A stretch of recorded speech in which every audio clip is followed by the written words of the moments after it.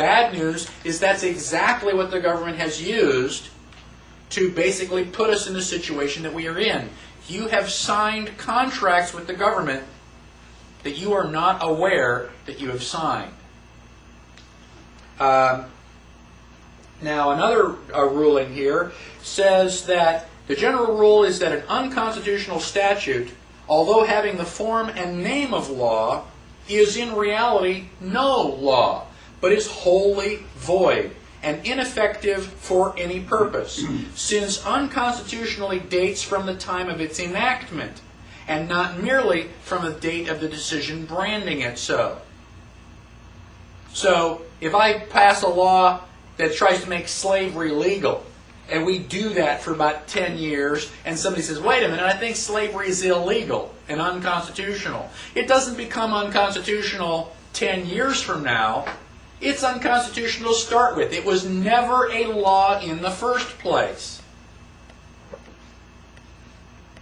Now, I have just a few more minutes here before we take a break, but I would like to leave you with some interesting questions that we will try to answer a little bit later. Okay? If I have a right to keep and bear arms, why do I have to get a concealed carry permit? Doesn't a permit give me permission?